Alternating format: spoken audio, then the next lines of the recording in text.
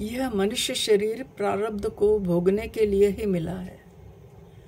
भगवान की व्यवस्था ही कुछ ऐसी है कि बिना प्रारब्ध का फल भोगे छुटकारा नहीं हो सकता। इस विराट जगत का स्वामी एक ही है। यह संपूर्ण जगत उसी का अंश है, उसी की सृष्टि है।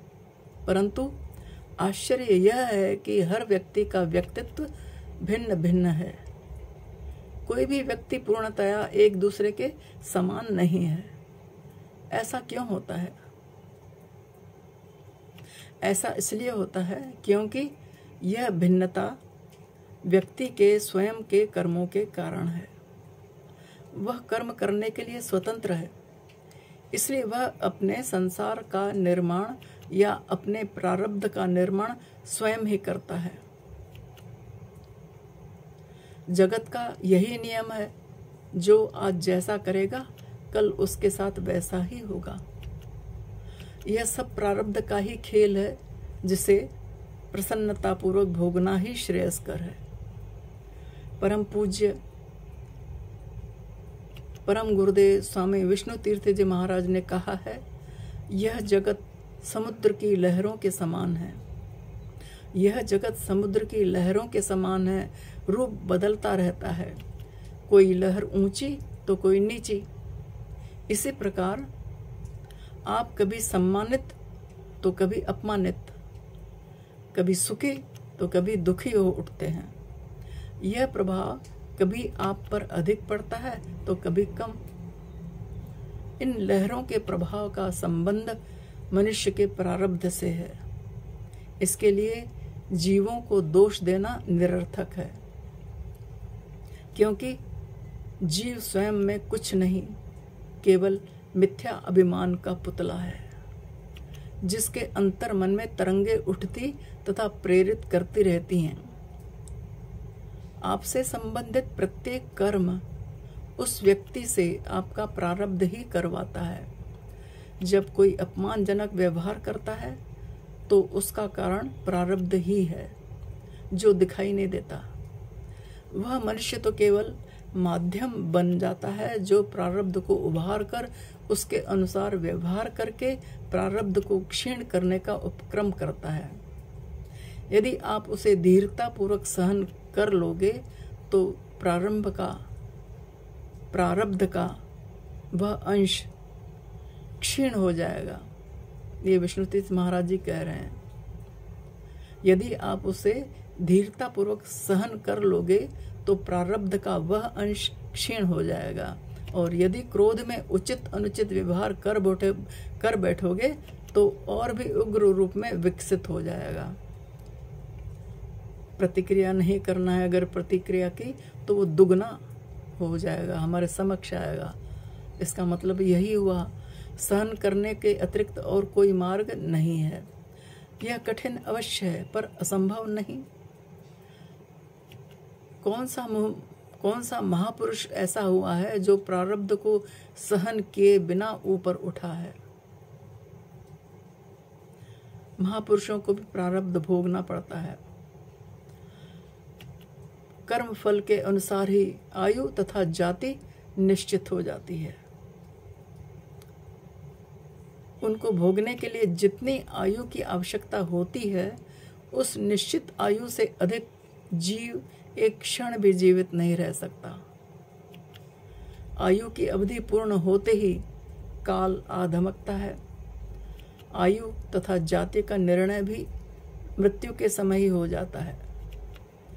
यदि मृत्यु के समय चित्त शुभ विचारों एवं भावनाओं से भरा हो तो उत्तम गति प्राप्त होती है, और यदि निम्न भावनाओं से भरपूर हो तो निम्न गति प्राप्त होती है।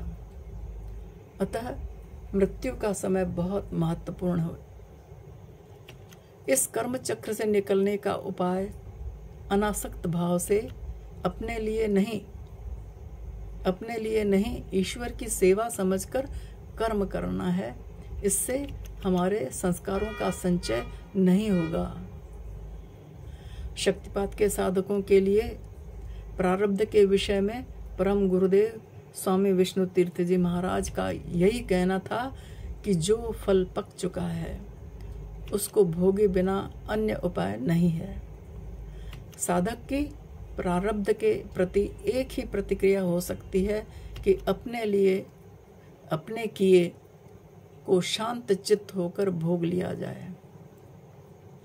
जिस प्रकार मन को प्रभावित किए बिना साधन कर्तव्य है, उसी प्रकार मन को अप्रभावित रखते हुए प्रारब्ध के फल को सहन करना कर्तव्य तथा साधन है। यही शक्ति के प्रति समर्पण है। परम गुरुदेव महाराज श्री के एक शिष्य के साथ एक घटना घटी थी। स्वामी विष्णु तीर्थ जी महाराज जी के एक शिष्य थे। वे देवास में बैंक नोट प्रेस कॉलोनी में रहते थे। उनका नित्य का नियम था कि वे रात्रि के 2-2:30 बजे घर से निकलकर नारायण कुटी आश्रम में आकर गुफा में साधन करते थे। उस समय उनके घर तथा आश्रम के बीच का रास्ता काफी सुनसान हुआ करता था, क्योंकि ये बहुत समय पहले की बात है। एक बार वे नित्य के नियमानुसार अर्धरात्रि को घर से निकलकर आश्रम की ओर आ रहे थे।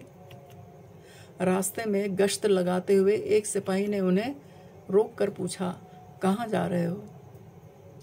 साधक बोले, आश्रम जा रहा हूँ। सिपाही ने कहा, इतनी रात को आश्रम जा रहे हो, क्यों? वे बोले, साधन ध्यान के लिए जा रहा हूँ। उनके उत्तर से पुलिस वाले को संतुष्टि नहीं हुई। कोई संदिग्ध व्यक्ति समझकर उन्हें पकड़कर जेल में बंद कर दिया। दूसरे दिन किसी तरह से जेल से छूटकर वे साधक आश्रम आए तो उन्होंने महाराज जी को पूरी बात बताई तथा उनसे प्रश्न किया, महाराज जी, मैं तो अच्छे कार्य के लिए घर से निकला था, तो मेरे साथ ऐसा क्यों हुआ? महाराज जी ने उत्तर दिया, महाराज जी तो अंतर्यामी थे, सबके अंतर में झांक कर उनका भूत भविष्य सब देख लेते थे। तो महाराज जी ने उत्तर दिया, पिछले किसी जन्म में तुमसे कोई अपराध हुआ था जिसके कारण तुम्हें जेल जाना था, परंतु तुम बड़ी सफाई से उस सजा से बच गए थे। तुम्हारे अपराध का वह दंड अभी शेष था। वह तुम्हारा प्रारब्ध था जो इस जन्म में तुम्हारे सामने आया। इसलिए इस जन्म में कोई अपराध न होने के बावजूद भी तुम्हें वह बकाया दंड भोगना पड़ा। अपने अपने प्रारब्ध का फल सबको भोगना पड़ता है, आज नहीं तो कल।